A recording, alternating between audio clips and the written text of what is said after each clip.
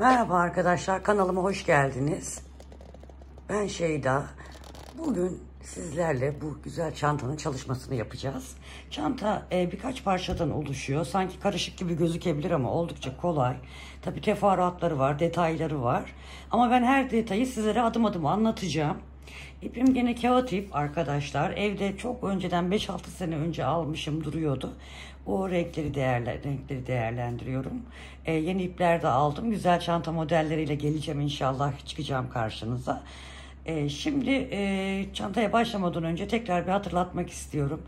Lütfen kanalıma abone olmayı, yorum yapmayı, beğeni yapmayı lütfen unutmayın arkadaşlar. Oldukça emek sarf ederek bir video ortaya çıkartıyoruz. Onun için de bunun karşılığını da almak istiyoruz. Ben bakıyorum çok az beğeni geliyor. Yorum neredeyse yok denecek kadar az. O zaman da insanın enerjisi, şevki kalmıyor. O yüzden bir hatırlatma yapayım istedim.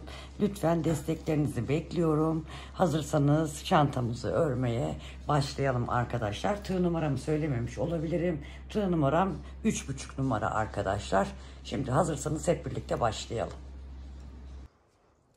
Merhaba arkadaşlar.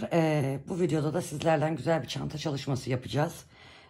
Ben zaten ön yapılacakları yaptım. Size anlatacaklarım kısımları birlikte anlatacağım size. Şimdi önce tabanından başlayalım isterseniz. Şunları bir kenara koyayım. Ben tabanını ördüm. Size de nasıl öreceğimi küçük olarak örneklerle göstereceğim arkadaşlar. Şimdi ipimiz kağıt ip. Kağıt ipin rengi yok biliyorsunuz. Yani renk kodu yok. Şimdi tabanımız için ben 20 zincir çektim arkadaşlar. 20 zincir üzerine sık iğne çalışması yaptım. Şimdi size göstereceğim. Şimdi şu sıkılaştırdığımız, onun haricinde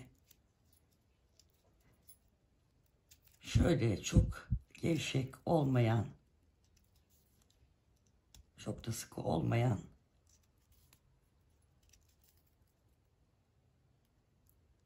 21 tane zincir çektiğimizi farz ederek arkadaşlar çalışmamıza başlıyoruz.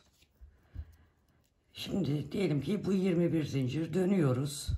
Hemen şurada ters yerler var ya, terslerde böyle zinciri böyle düzden değil şöyle yan çevirip şu sırttaki yerlere batarak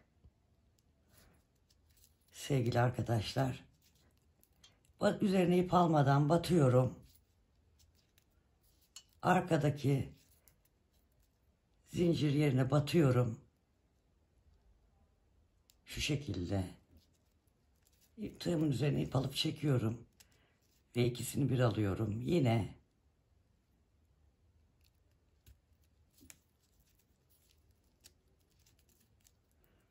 şu şekilde. Tığ numaramı ben 3 olarak kullandım arkadaşlar. Siz elinize uygun tığ numarası kullanabilirsiniz. Şu şekilde sonuncuya da batıyorum.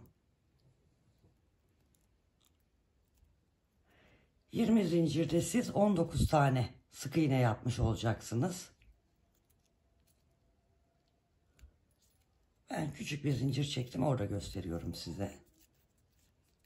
Şunu şöyle üste alalım.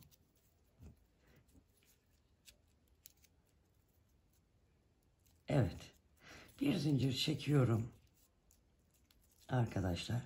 Şu zinciri saklayarak gideceğiz. Şimdi bir zincir çektim. Hemen dibine batıyorum arkadaşlar. Bakın şu dibine. Şuraya değil. Şu dibine batıyorum. Şunu da saklayarak gideceğiz.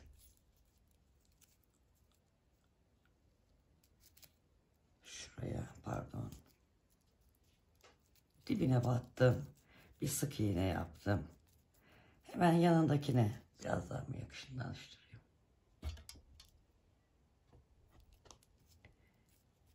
Yanındakine battım. Bir sık iğne daha yaptım. Yanındakine battım. Bakın üzerine ip almadan batıyoruz. Başlangıç ipimizi de böyle saklıyoruz arkadaşlar.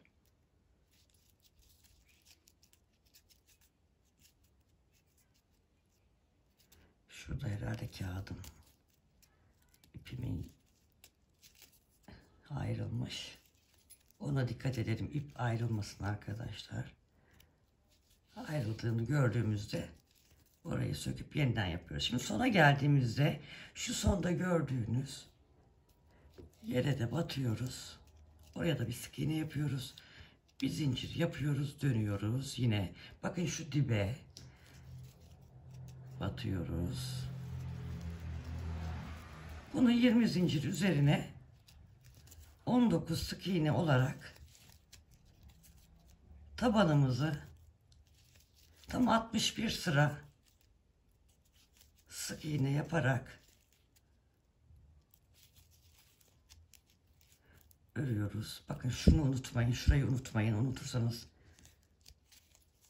kayar sık iğneniz.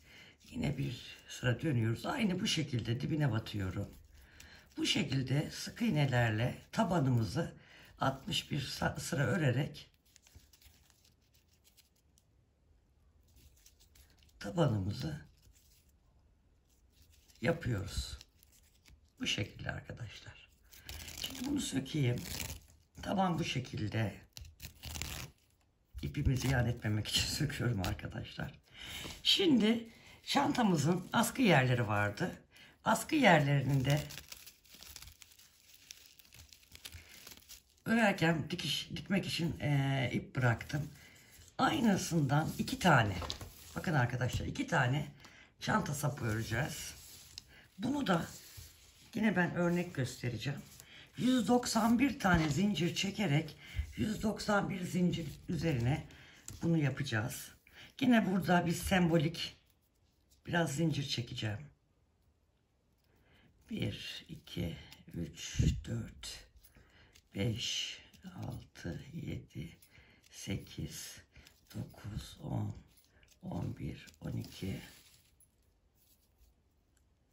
13, 14, 15 tane çekelim. Bunu 191 zincir olarak yapacağız. Şöyle dönüyorum arkadaşlar. Dönüyorum. Bakın şöyle döndüm. Şu birinciye değil, yine ikinciye zincirimizi şöyle düzden değil, şöyle yan çevirdiğimiz zaman şurada dişler görüyoruz. Onun birinciye değil, ikinciye batıyoruz. Bir zincir çekiyoruz. Bakın burada birinciye atlıyoruz. İkinciye batıyoruz. Bir zincir çekiyoruz. Birinciye atlayıp ikinciye batıyoruz. Bir zincir çekiyoruz. Birinciye atlayıp ikinciye batıyoruz. Bir zincir çekiyoruz. Yine birinciye atlayıp ikinciye batıyoruz. Bir zincir. Devamlı aralarda bir zincir. Bunu unutmayın. Bir zincir. Birinciye atlayıp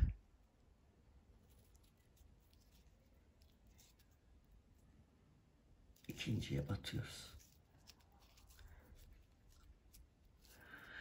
Evet, bunu 191 zincir olarak düşünün arkadaşlar. Bir zincirle dönüyorum. Hemen şu dibine bir tane batıyorum.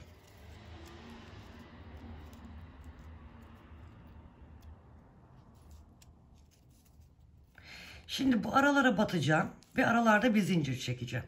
Ama bakın şimdi buradan bu araya atlayamam. Ne yapacağım? İlk araya yine bir sık iğne yapacağım. Yani 2 sık iğne yan yana gelmiş oldu. Bir zincir çekiyorum. Tam şu bir zincir yaptığım ortaya batıyorum. Bir zincir çekiyorum. 2 sık iğnenin arasına batıyorum.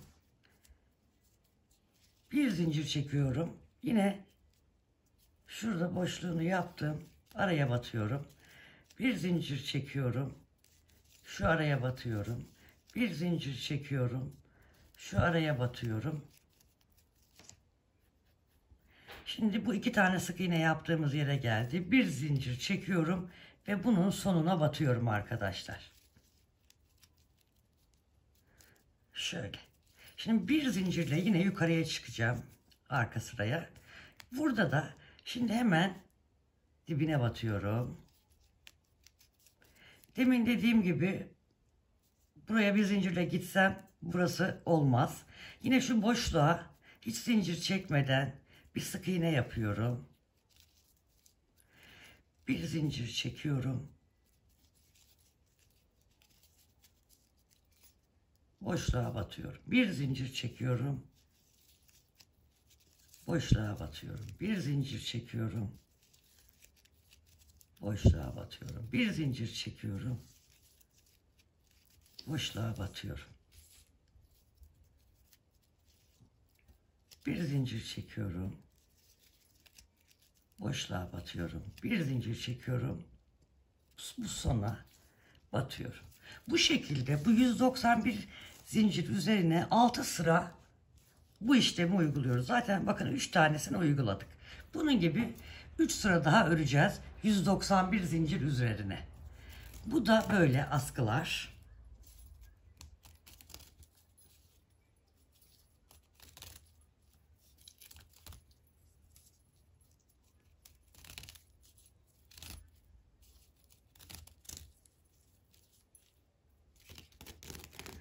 Şimdi ipi söktüğüm için biraz ince, orayı iki sefer ördüğüm için ipim biraz inceldiği için orayı keseceğim mecbur.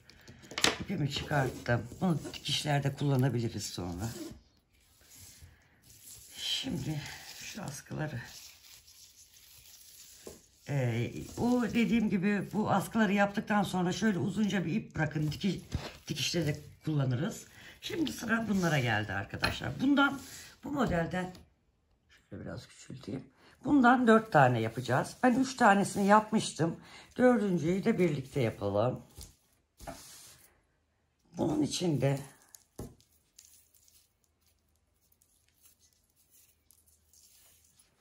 şu şekilde şuradan şöyle başlayacağız.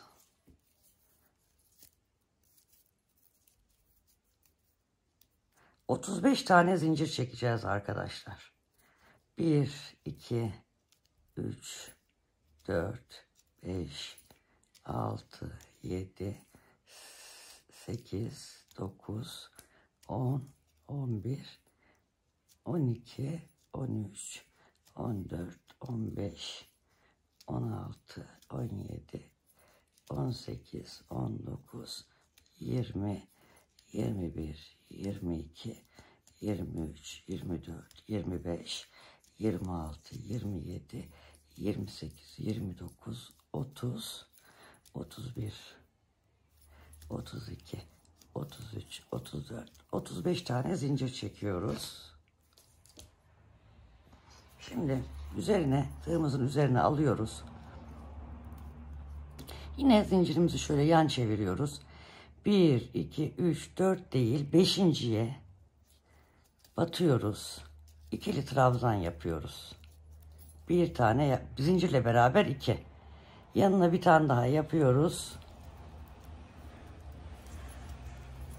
3 tane biraz uzaklaştırmışız. Şöyle 3 tane trabzan yapmış olduk yan yana. Üzerine ip alıyorum. 1, 2, 3.'ye değil 4.'ye batarak burada fıstık yapacağız. Şimdi bir tane çektik. Üzerine ip alıyoruz. Aynı yere batıyoruz. 2. Aynı yere batıyoruz. 3. Şöyle hepsini alıyoruz. Bir taneyi bırakıyoruz. Tığımızın üzerindekini. Şöyle çekiyoruz. Aralarda 3 tane zincir. 1, 2, 3 tane zincir çekiyoruz. Üzerine ip doluyorum. Aynı yere yine 1, 2, 3 tane dolayarak fıstığımı yapıyorum. Yine 3 zincir. 1, 2, 3 zincir. Üzerine doluyorum. Yine aynı yere 3. fıstığı yapacağım. Şöyle biraz çekiyorum. 1, 2 ve 3. Şu şekilde yaptık arkadaşlar. Üzerine doluyorum. Şimdi burada 1, 2, 3, 4.'ye batarak 3 tane trabzan yapıyorum. Hiç zincir çekmeden yaptım. Üzerine doluyorum. Yanına batıyorum. Bir tane de yanına batıyorum. Buraya 3 tane trabzan yapmış oldum. Yine üzerine zincir çekmeden üzerine doluyorum. 1, 2, 3, dördüncüye batarak bir fıstık, buraya yine fıstık modelini uygulayacağım. Şurada yaptığımın aynısını. Şöyle biraz çekiyorum. Hepsini tığımdan geçiriyorum. Şöyle 2 tane kalıyor. İkisini bir çekiyorum. Burada 1, 2, 3 zincir çekiyorum. Üzerine doluyorum. Yine aynı yere 1, 2, 3 tane fıstık yapıyorum. Arada 3 zincir. 1, 2, 3. Şimdi 3. fıstığımızı yapıyoruz aynı yere. 1, 2 ve 3. Bakın bu şekilde oldu. Şimdi üzerine doluyorum. Yine zincir çekmiyorum. 1, 2, 3. Dördüncüye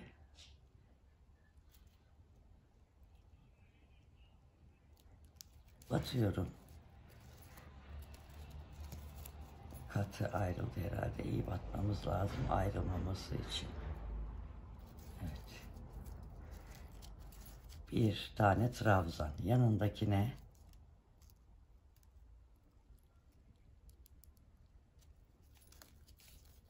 bir trabzan. Daha 2. Yanındakine bir trabzan daha 3. Bakın bu şekilde. Şimdi yine üzerine zincir çekmeden doluyorum. 1, 2, 3. Dördüncüye batıyorum.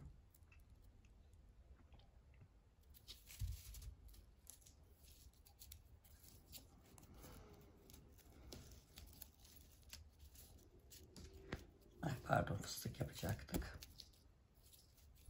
Üzerine doluyorum.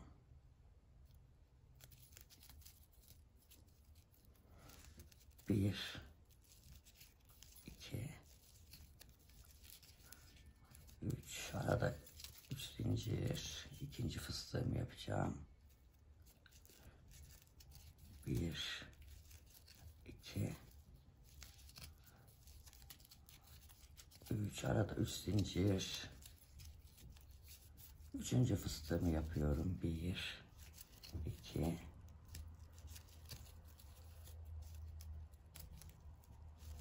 ve 3. 3 tane fıstık yaptım. Üzerine doluyorum. 1, 2, 3. Dördüncüye batalım. Zinciri eksik mi çektik? Yanındakine batalım hemen arkadaşlar. Şuraya batalım da. Bir trabzan. 2 trabzan.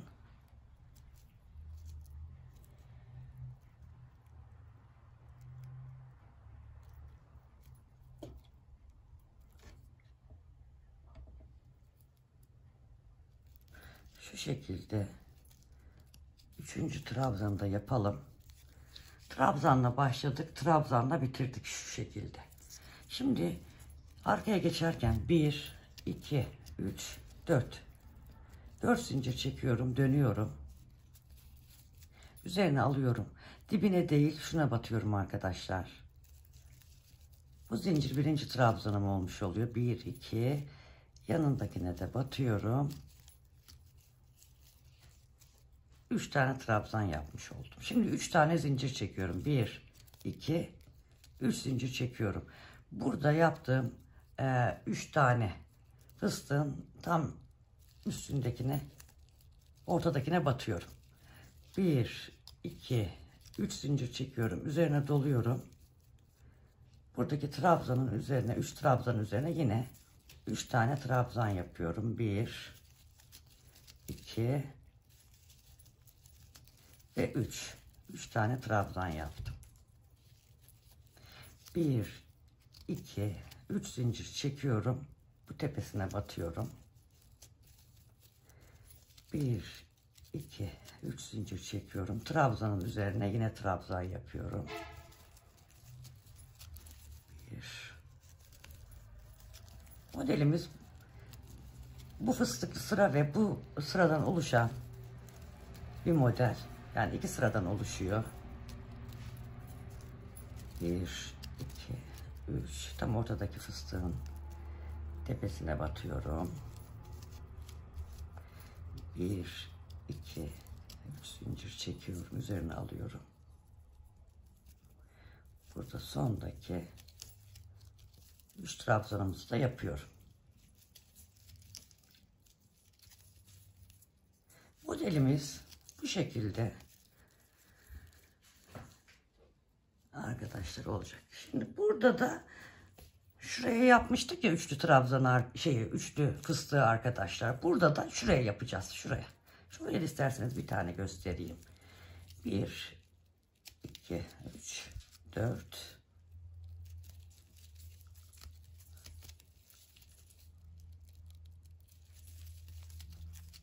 Böyle 3 tane trabzan yaptıktan sonra hiç zincir çekmeden yine ilk sıradaki gibi üzerine doluyorum ve tam şuraya fıstıkları yapıyorum. 1, şöyle 2, 3 kere doluyorum.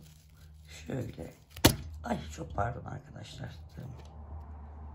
Kamerayı da oynatıyor ara sıra, kusura bakmayın. Arada 3 zincir. Üzerine doluyorum. Şöyle 1, 2 ve 3 kere de çekiyorum. İkinci fıstığımı yapıyorum. 3 zincir çekiyorum. Aynı yere üçüncü fıstığımı 1, 2, üçüncü fıstığımı yapıyorum.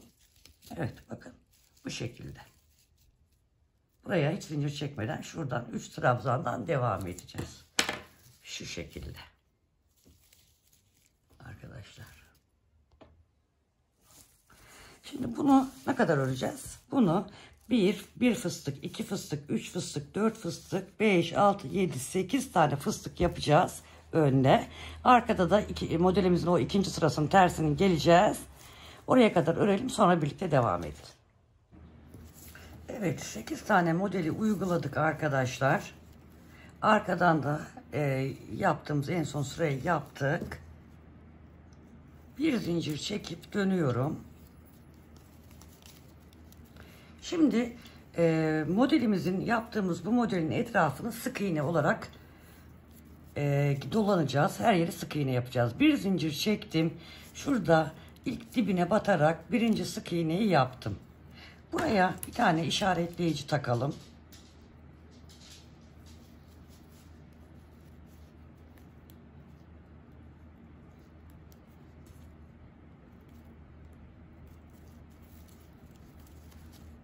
Üç trabzan vardı burada. 3 tane üstüne sık iğne yapıyoruz. 3 tane sık iğnemiz oldu. Bu zincir çektiğimiz 3 zincir çektiğimiz yere de 3 trabzan. 1 2 3. Şurada ortadaki yere bir tane trabzan. Yine zincire 3 trabzan. Sık iğne. 3 tane trabzanın üzerine yine hepsinin üzerine birer tane batarak sık iğne yapıyoruz. Boşluklara 3 tane, zincirlere, ortadaki yere bir tane,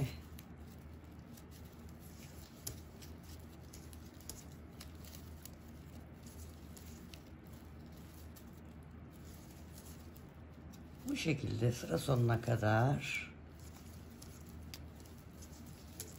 sık iğnelerimizi yapıyoruz.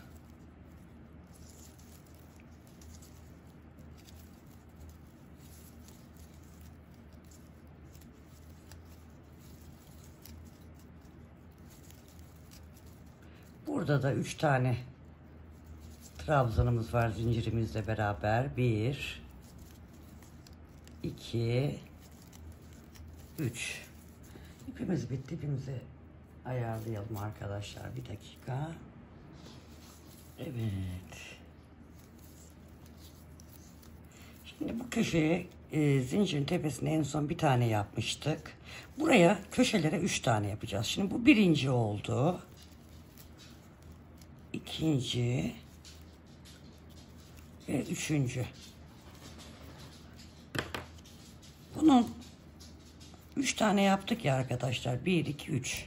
Ortadakine bir işaretleyici takalım. Köşeleri kaybetmemek için. Şimdi buraya geldik. Arkadaşlar burada bir üst sıraya çıkarken bir trabzanla yapmış oluyorduk. Bir zincir yapmış oluyorduk. Şimdi trabzanlara gelince şimdi anlatacağım. Şimdi burası zincirli yer. Buraya 2 tane. Bakın bu trabzan.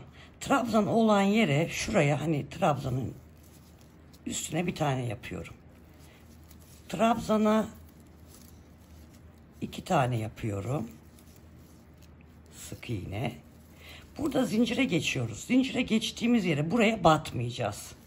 Direkt zincirlik yere geçiyoruz. 1, 2. Bakın trabzanlı yere geldik. Burada hemen trabzanın olduğu yere batıyoruz. Bittiği yere. Trabzana 2 tane. Zincirli yere geldik. Zincirli olduğu için şu tepeye batmadan direkt boşluğa batıyoruz zincirin üzerine. Trabzana geldik. Buraya batıyoruz. Trabzana 2 tane. Buraya batmıyoruz. Zincirli yere 2 tane. Trabzanı görünce bu tepesine bir tane. Trabzan olan yere 2 tane. Bu şekilde sırayı tamamlayalım. Evet yaptık. Sonuna kadar geldik. Şimdi köşeye geldik. Burada 2 tane trabzan yaptık. Şimdi bu tarafa doğru döneceğiz. Şimdi burada ilk başlangıç zincirimizin olduğu yer. Burası tam köşe olduğu için buraya da 3 tane yapacağız. 1. Arkadan ipi de yürütelim. 2.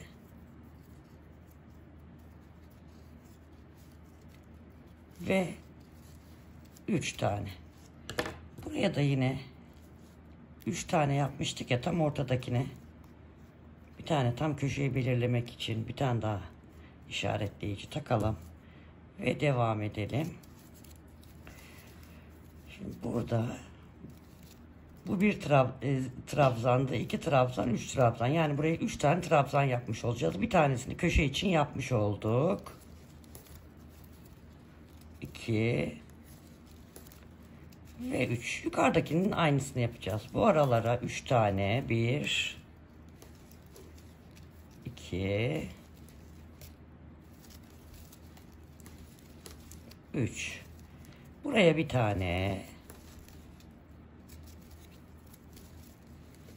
Buraya 3 tane. Trabzanlarımız var. Onlara 3 tane. Yani yukarıda yaptığımızın şu başladığımız yerin aynısını yapıyoruz. Şu başladığımız yer. Bu da burası 6. Aynı işlemi alt tarafa da yapıyoruz.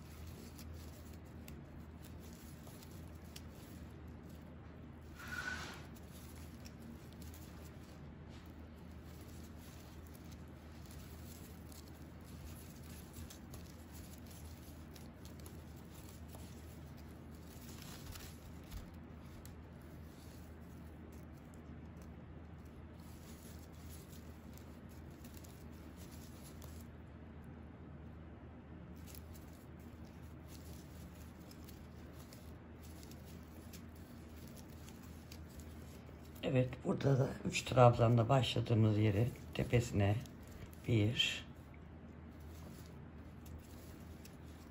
2,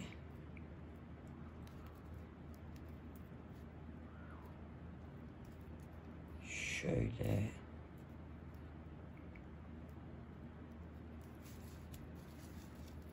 3. Bura tam köşe olacağı için buraya da 3 tane yapacağız. Bir tanesini yaptık. İkinciyi yaptık. Üçüncüyü yaptık. Ve 3 tanenin tam ortasındakini işaretleyici yapalım. Tam köşelerimiz onlar bizim. Burayı da aynı burada yaptığımız gibi devam ettireceğiz.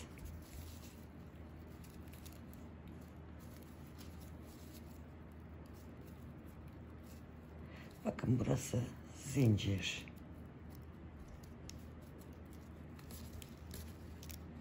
Bir, iki zincir. Zincirli yere 2 tane yapıyorduk. Buraya atlıyoruz. Trabzanlığa geldik. 1, 2 ve trabzan olduğu için şuraya batıyoruz. Karşı tarafta yaptığımızın aynısını. Zincirli yere geldik. 1, 2,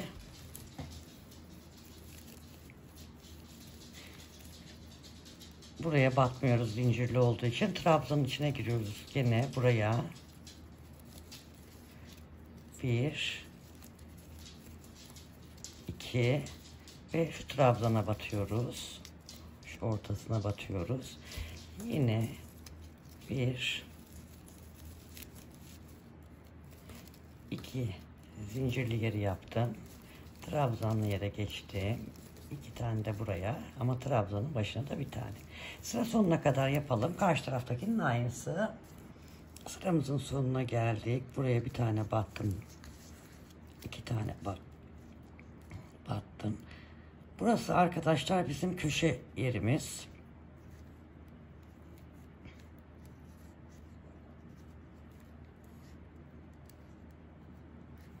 Şimdi buraya battım. Burayı düzlemem lazım. 1, 2. Üzerine ip alıyorum.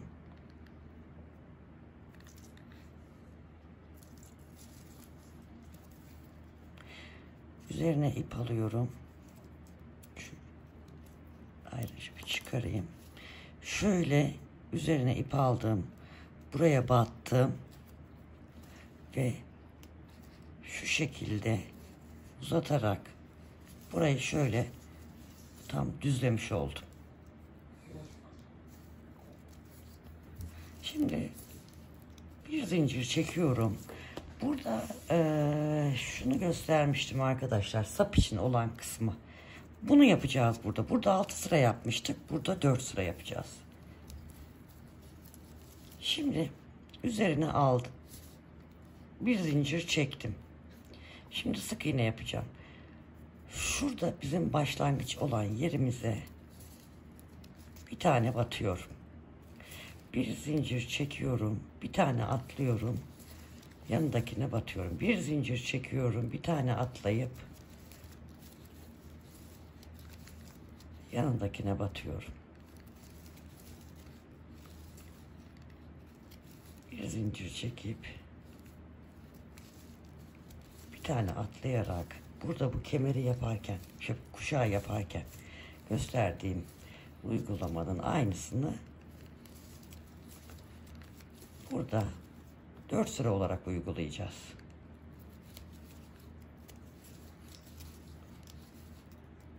Dönerek değil, sadece bu üst kısmı uygulayacağız.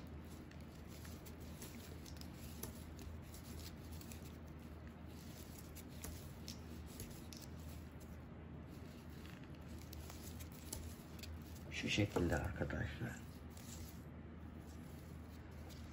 Bakın. Burada 1, 2, 3, 4 sıra aynı modeli uygulayalım. İpimizi uzun kopartalım dikmek için. Sonra bunların ön yüzünden değil de arka yüzünden şöyle hafif bir buharlı şey yapalım. Çok sıkı sıcak olmasın. Ezmeyelim yani örgümüzü. Şu şekilde bir parça oluşmuş olacak. Bunu böyle arkadan hafif bütün parçalarımızı buhar yapalım. Sonra birleştirmeyi geçeceğiz arkadaşlar.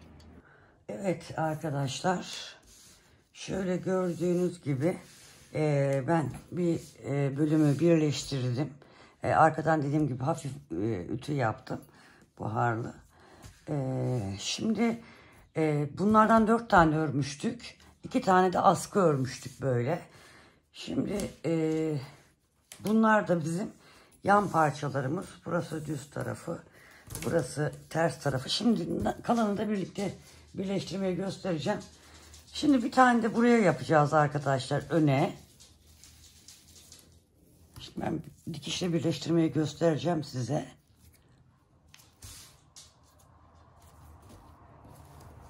Şöyle mesela bu parçaya da bunu birleştireceğiz. Şunu dikkat edeceğiz, askımızın düzgün gelmesine.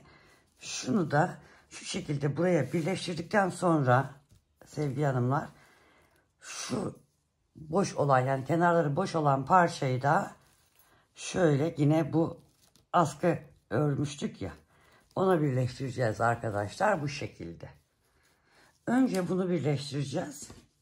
Sonra buna, ya da ilk önce bunu birleştirin, sonra burayı birleştirin. Nasıl istiyorsanız, size nasıl kolay geliyorsa o şekilde yapabilirsiniz arkadaşlar. Şimdi ben bir tane biraz göstereceğim size. İğne ile birleştirme yapıyoruz. Şurada askıda uzun ip bırakmıştık. Uzun ip yoksa da kendiniz yeni ip takıp yapabilirsiniz. O hiç sorun değil. İğnemizi takıyoruz.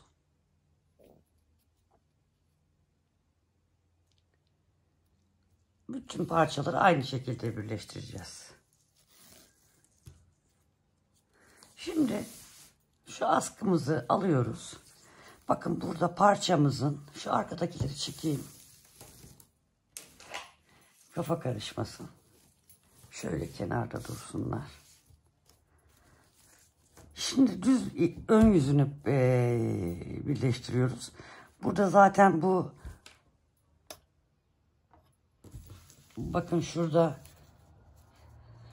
yaptığımız sık iğnenin üzeri şu şekilde zincir gibi gözüküyor. Burada kapattığımız yerde zincir gibi gözüküyor. Ona mutlaka dikkat edin. Yani ön yüzlerini birleştirin. Şimdi şurası bizim köşe olarak işaretleyiciyi taktığımız yer. Bakın burada bunun şu tam köşe, yani işaretleyicimizi çıkarttığımız yer sevgili arkadaşlar. Bunu böyle tutuyoruz. Ben aynı yerden, şuradan, bakın şuradan takıyorum. Bu başlangıç yeri olduğu için. Şuraya bir sıkılaştırıyorum.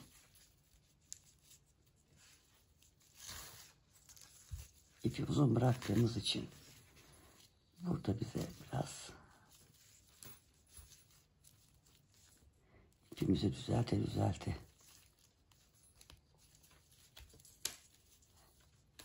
gidelim. Evet, bakın sıkılaştırdım.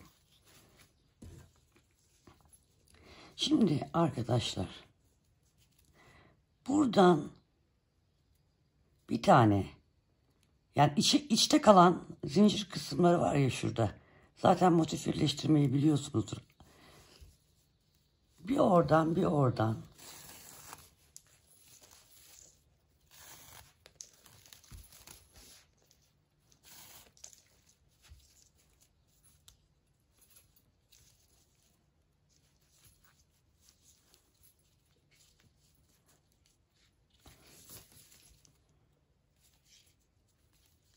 Evet. Bakın böyle bir oradan bir oradan dikeceğiz. Şimdi yine içte kalan dişlerden arkadaşlar, unutmayın. Sıradakini bu ve bu.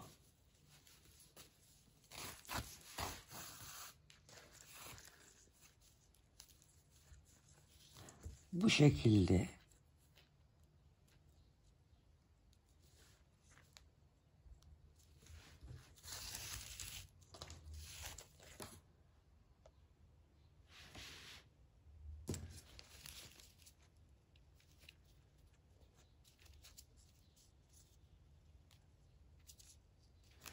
burada tüy kalmış, göremiyorum da. Şimdi Yine bir buradan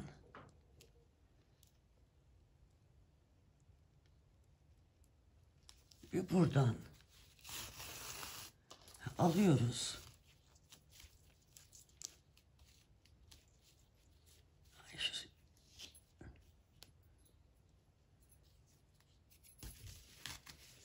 Bu şekilde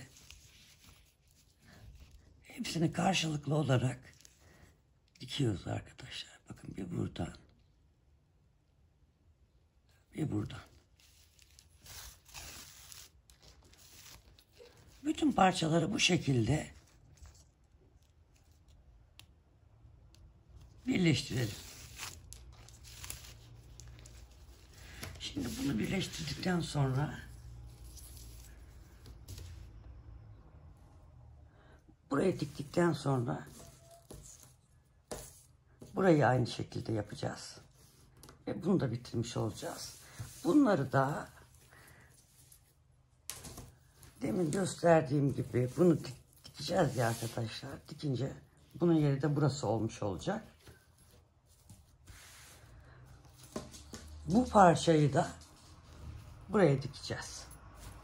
Aynı şekilde şöyle dikişimizi bitirmiş olacağız. Dikişimizi tamamlayalım.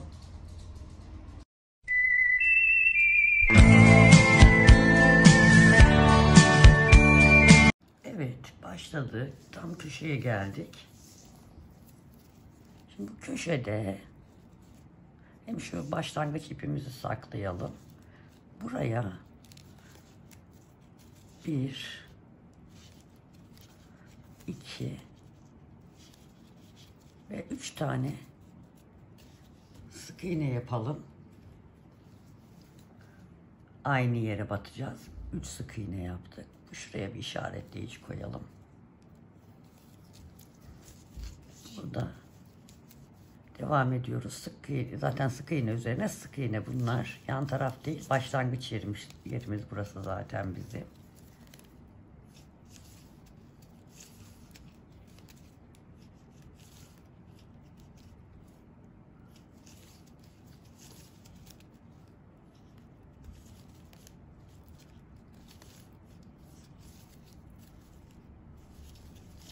Çantayı isteyenler astar yapabilir. Ben burada astarlama göstermeyeceğim. Sadece çanta örümünü göstereceğim. Astar anlatan arkadaşlarımız var. Onlara bakabilirsiniz.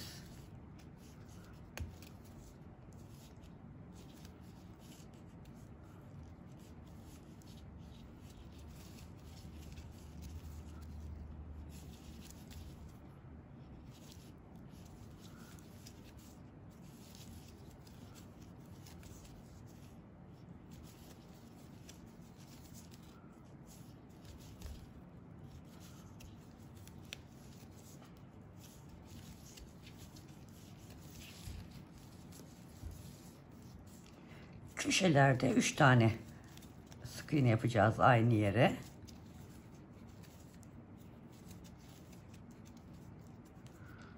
Evet, köşeye geldik. Buraya 1 2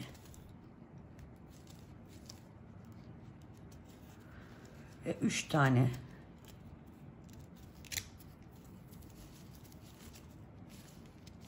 sık iğne yaptık. Yine buraya 3 tane sık iğnenin, aynı yere battığımız sık iğnenin ortasındakine işaretleyicimizi takalım. Bu kenarı da burada gösterdiğim gibi yapalım. Bu köşeye geldiğimizde buraya yine 3 tane sık iğne yapalım. Burayı yapalım. Burası bizim sık iğnemizin başlangıç yeri. Oraya gelince sonra dikime başlayacağız arkadaşlar. Evet arkadaşlar, tabanımızın etrafına sık iğnemizi geçtik. Köşelerimize de işaretleyicilerimizi taktık. Şimdi şunu bir kenara alalım. Çantamız için son yapacağımız alt kısmını dikmeden önce burayı bir sık iğne geçirmemiz lazım, düzeltmemiz lazım. Burada askı için yaptığımız yerler var biliyorsunuz. Oralarda sık iğne yok. Bunları sık iğne olarak karşılıklı dikeceğimiz için arkadaşlar. Şimdi ne yapacağız? Bir sıra sık iğne geçeceğiz çantamızın en alt kısmına. Şimdi onun için de normalde şuradan başlayalım. Şuradaki köşeden. Bakın arkadaşlar, şuradan başlayalım da kafanız karışmasın. Şimdi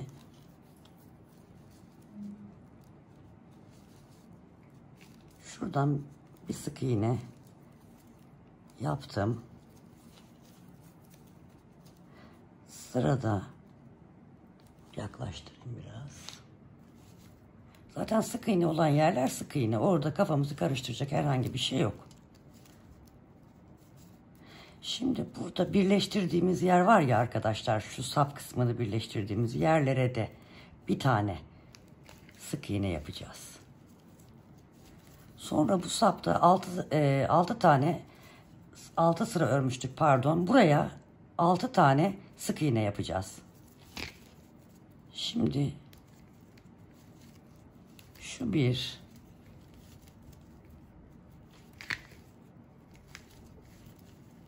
iki,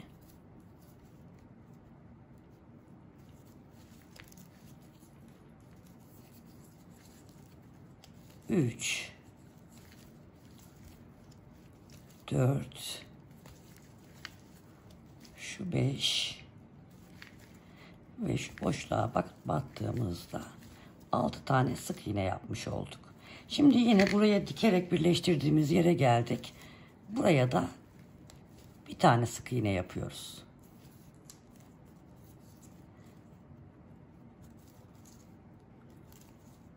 Şu tam ortaya arkadaşlar.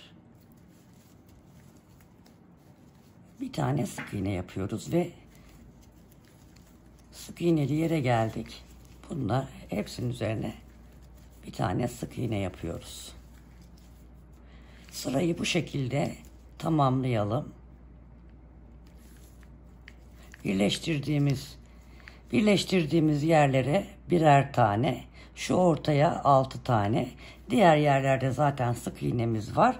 Tamamlayalım. Sonra dikeceğiz, artık tabanımıza dikeceğiz. Evet arkadaşlar, burada bir sıra sık iğnemizle tamamladık. Şimdi çantamızın duruşu bu.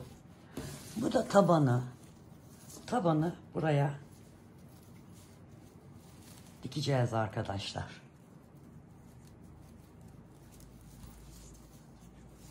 Şöyle. Şimdi nasıl yapacağız? Şimdi bu köşelerde bizim şunları da sayarsak işaretleyicilerimize, köşelerimize işaretleyici koymuştuk. Bunu taktığımız sık iğne ile bunu taktığımız sık iğne de dahil olmak üzere toplamda 21 tane her iki tarafta sık iğne var. Şimdi çantamızın tabanları biliyorsunuz bu köşelere denk gelecek. Onun için şöyle çevireceğiz arkadaşlar. Burası köşelerimize denk gelecek, tabanımıza gelecek yerler.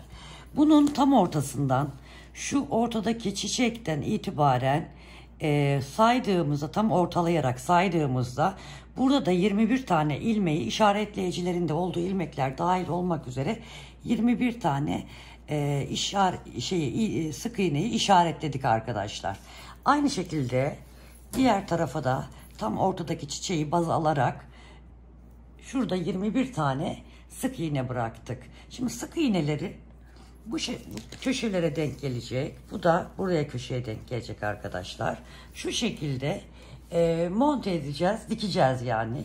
Dikişimizi de hemen ben başlangıç yerini size göstereceğim.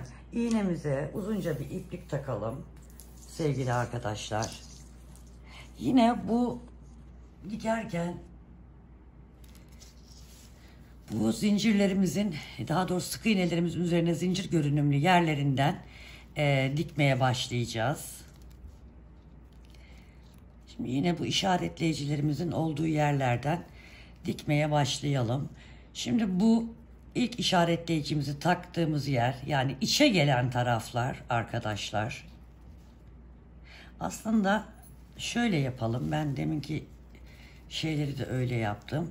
Siz de öyle yapabilirsiniz. Sonradan saklamanıza gerek olmaz. ipimizi şu şekilde aralardan geçirerek, ben başlangıçta saklıyorum ipi. Siz de o şekilde yapabilirsiniz.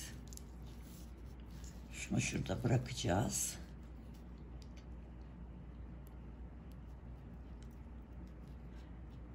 Şuraya batalım gene. İşleyeceğimiz, yani dikmeye başlayacağımız ilmeğin altına kadar geldim.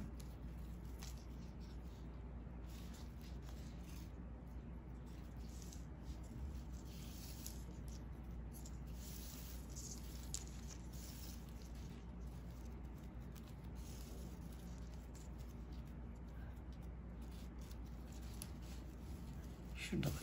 Ah, çıkarttım ilmeği. Oraya biraz dikkat etmek gerekiyor. Şöyle yapayım. Şimdi burada kamerada yaparken zorlanıyorum.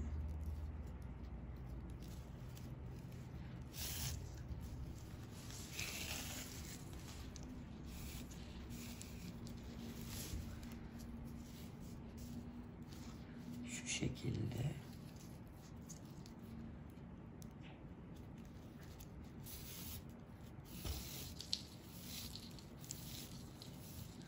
Şuraya hemen bir düğüm atalım. İpimiz uzun olduğu için bunu sıkıntı yapıyoruz.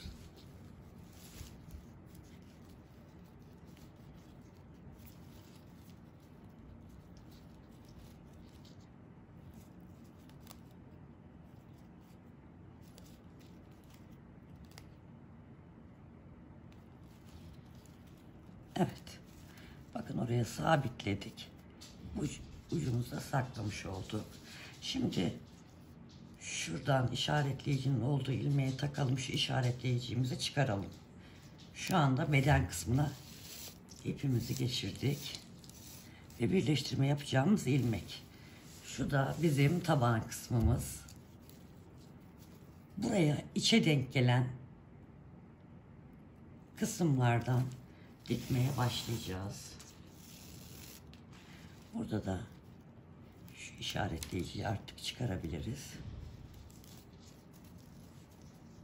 Buraya arkadaşlar şöyle 2 kere yapıp bir sabitleyelim. Açılmasın. Evet. Şimdi diğerinde biliyorsunuz böyle dikmiştik. Böyle bu sefer öyle dikmeyeceğiz. Şimdi ipim benden tarafa, hemen onun yanındakine batıyorum. Karşıdaki başaktan çıkıyorum. Evet. Şimdi ne yapıyorum? İpim öbür tarafta, arka tarafta. Şimdi buradaki başaktan batıyorum. Kendimden tarafa olan başağa giriş yaparak sıkılaştırıyorum. Şimdi ipim benden tarafta, kendimden tarafta olan başağa takıyorum. Sonra karşı tarafa. Yani iğnem neredeyse onun yanındaki yerden batıyorum.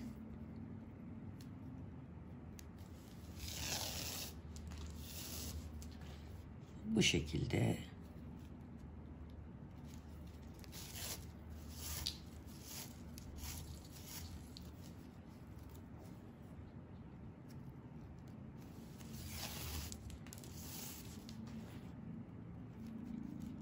Karşılıklı ilmekleri bunu sonuna kadar dikelim. Arkadaşlar, buraya kadar diktim. Şimdi köşe yerine geldik. Köşelerde şimdi buraya batıyorum. Karşıya batıyorum.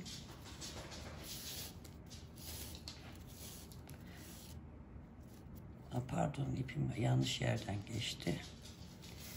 Kafamız karıştı. Köşelerde buraya batıyorum. Karşıya batıyorum.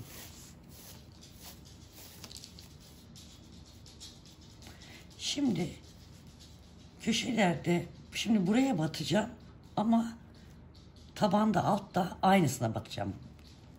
Tam köşelerde çantanın üst kısmından başka bir sıraya batacağım. Ama alt tabanda köşelerde aynı yere batacağım. Burada bir dönüş sağlayacağım arkadaşlar. Yani burada 2, burada 1. Sonra tekrar sıradan bakalım, yanlış atlamayalım. Şuna batmışız, evet. Şuna batacağız.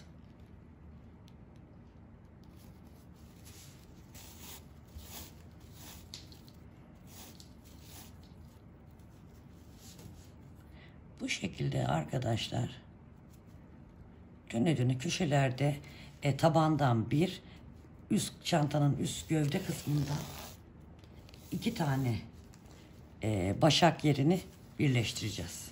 Bu şekilde döne döne aynı bu şekilde arkadaşlar, şimdi buraya geldik. Dikeceğiz, tamamlayacağız ve çantamız şuraya da bakın, şöyle göstereyim, şöyle oluyor. Şöyle olacak. Diktiğimizde de şu şekil olacak. Şimdi bitireyim tamamen. O zaman şöyle bitmiş halinde göstereceğim.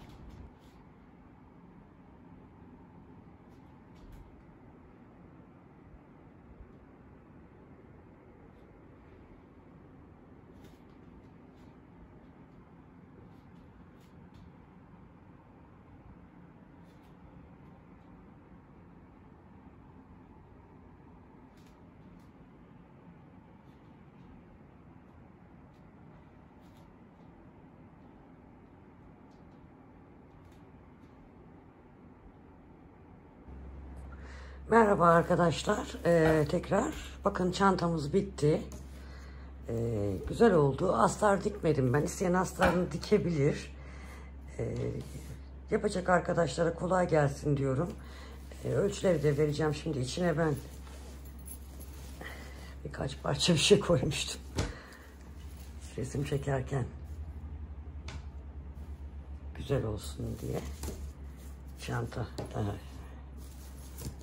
tok duruyor. Bakın şöyle şu şeyden başlayayım, ölçü vermeye. Tabanından başlayayım. Şöyle biraz düzeltirsek. Taban 40 santim. Boyu, eni de 12 santim arkadaşlar. Çantamızın şuradan yüksekliği 30 santim. Eni 45 santim arkadaşlar. Çok şık, çok güzel bir çanta oldu. Güzel bir çalışma oldu. Hepinize kolay gelsin diyorum. Bir sonraki videoda görüşmek üzere. Sevgiyle kalın. Hoşça kalın arkadaşlar.